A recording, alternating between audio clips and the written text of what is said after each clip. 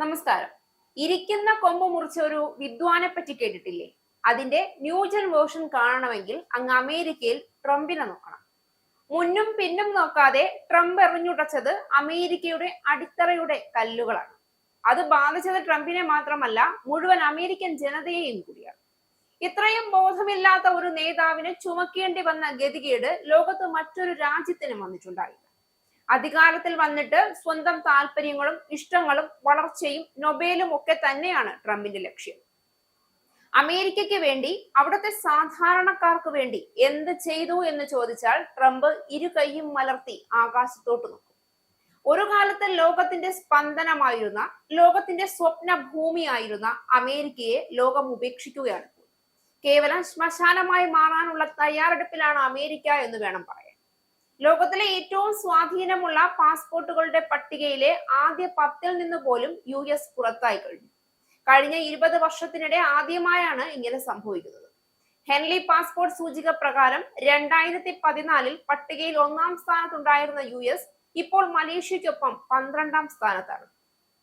ഇരു രാജ്യങ്ങളിലെയും പൗരന്മാർക്ക് 227-ൽ 180 രാജ്യങ്ങളിലേക്ക് വിസാരഹിത പ്രവേശനം ലഭിക്കുന്നു. വിസ ആവശ്യമില്ലാതെ സന്ദർശിക്കാൻ കഴിയുന്ന രാജ്യങ്ങളുടെ എണ്ണത്തെ അടിസ്ഥാനമാക്കിയാണ് പാസ്പോർട്ടുകളെ റാങ്ക് ചെയ്യുന്നത്. ബ്രിട്ടീഷ് പാസ്പോർട്ട് എത്ര ശക്തിയുള്ളതാണ് എന്ന് പലപ്പോഴും നമ്മൾ മറന്നു പോകാറുണ്ട്.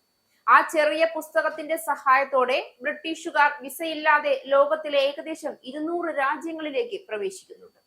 ലോകത്തിലെ പല രാജ്യങ്ങളുടെയും പാസ്പോർട്ടുകൾക്ക് ഇത്രയധികം സ്വാതന്ത്ര്യം ലഭിക്കുന്നില്ല. എങ്കിലും കഴിഞ്ഞ ചില വർഷങ്ങളിലായി ബ്രിട്ടീഷുകാർക്ക് വിസയില്ലാതെ പ്രവേശിക്കാവുന്ന രാജ്യങ്ങളുടെ എണ്ണം കുറഞ്ഞു. അതുകൊണ്ട് ആ നീല നിറത്തിലുള്ള ചെറിയ പുസ്തകം ഇപ്പോൾ 10 വർഷങ്ങൾക്ക് മുൻപുള്ളതുപോലെ ശക്തമായതല്ല. ഒക്ടോബർ 14-ന് പ്രസിദ്ധീകരിച്ച ഏറ്റവും പുതിയ റാങ്കിങ്ങിൽ ബ്രിട്ടീഷും നോർത്തേൺ അയർലൻഡിലെ പാസ്പോർട്ടും ഇതുവരെ രേഖപ്പെടുത്തിയതിൽ ഏറ്റവും താഴ്ന്ന സ്ഥാനത്തേക്ക് താഴ്ന്നിരിക്കുകയാണ്. 184 രാജ്യങ്ങളിലേക്ക് വിസയില്ലാതെ പ്രവേശിക്കാനുള്ള അവകാശത്തോടെ യുണൈറ്റഡ് കിങ്ഡം ഇപ്പോൾ ലോകത്തിൽ 8-ാം സ്ഥാനത്താണ്. Croatia, Estonia, Slovakia, Slovenia, UAE തുടങ്ങിയ രാജ്യങ്ങളോടൊപ്പം. കഴിഞ്ഞ ജൂലൈയിൽ പ്രസിദ്ധീകരിച്ച ഇൻഡെക്സിൽ ബ്രിട്ടീഷുകാർക്ക് 186 രാജ്യങ്ങളിലേക്ക് പ്രവേശനം ലഭിച്ചിരുന്നു. അതായത് 2 രാജ്യങ്ങൾ കുറവായി. കൂടാതെ കഴിഞ്ഞ വർഷത്തേക്കാൾ 6 സ്ഥാനങ്ങൾ താഴെയാണ് ഇപ്പോൾ. വിസയില്ലാതെ പ്രവേശിക്കാൻ കഴിയുന്ന രാജ്യങ്ങളുടെ എണ്ണത്തിൽ വർധനവ് ഉണ്ടാകുമ്പോഴാണ് പട്ടികയിൽ മുന്നിലേക്ക് എത്താൻ കഴിയുന്നത്. 2025-ലെ റിപ്പോർട്ട് പ്രകാരം ഏഷ്യൻ രാജ്യങ്ങളാണ് പട്ടികയിൽ മുന്നിൽ നിൽക്കുന്നത്. 193 രാജ്യങ്ങളിലേക്ക് വിസയില്ലാതെ യാത്ര ചെയ്യാൻ പൗരന്മാരെ അനുവദിക്കുന്ന സിംഗപ്പൂരാണ് പട്ടികയിൽ 1-ാം സ്ഥാനത്ത്. 190 രാജ്യങ്ങളുമായി ദക്ഷിണ കൊറിയ 2-ാം സ്ഥാനത്തും 189 രാജ്യങ്ങളിലേക്ക് വിസാരഹിത യാത്ര അനുവദിച്ചുകൊണ്ട് ജപ്പാൻ 3-ാം സ്ഥാനത്തും തുടരുന്നു.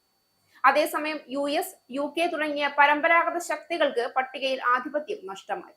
ജർമ്മനി, ഇറ്റലി, സ്പെയിൻ, സ്വിറ്റ്സർലൻഡ് തുടങ്ങിയ നിരവധി യൂറോപ്യൻ രാജ്യങ്ങളെ അപേക്ഷിച്ച് US പാസ്പോർട്ടിന്റെ സ്ഥാനം താഴെയാണ്. കഴിഞ്ഞ വർഷം 80-ാം സ്ഥാനത്തുണ്ടായിരുന്ന ഇന്ത്യൻ പാസ്പോർട്ട് ഇത്തവണ 85-ാം സ്ഥാനത്തേക്ക് താഴ്ന്നു. അടുത്തിടെ ശ്രീലങ്ക, ഫിലിപ്പീൻസ്, ആഫ്രിക്കൻ, കരീബിയൻ രാജ്യങ്ങൾ എന്നിവ കൂടി ഉൾപ്പെടുത്തിയതോടെ വിസയില്ലാതെ ഇന്ത്യൻ പൗരന്മാർക്ക് സഞ്ചരിക്കാൻ കഴിയുന്ന രാജ്യങ്ങളുടെ എണ്ണത്തിൽ വർധനവുണ്ടായി. അതേസമയം പട്ടികയിൽ ചൈനയുടെ പാസ്പോർട്ടിന്റെ സ്ഥാനം വലിയ രീതിയിൽ ഉയർന്നു. 2015-ൽ 94-ാം സ്ഥാനത്ത് നിന്നിരുന്ന ചൈനയുടെ പാസ്പോർട്ട് ഈ വർഷം 64-ാം സ്ഥാനത്തെത്തി.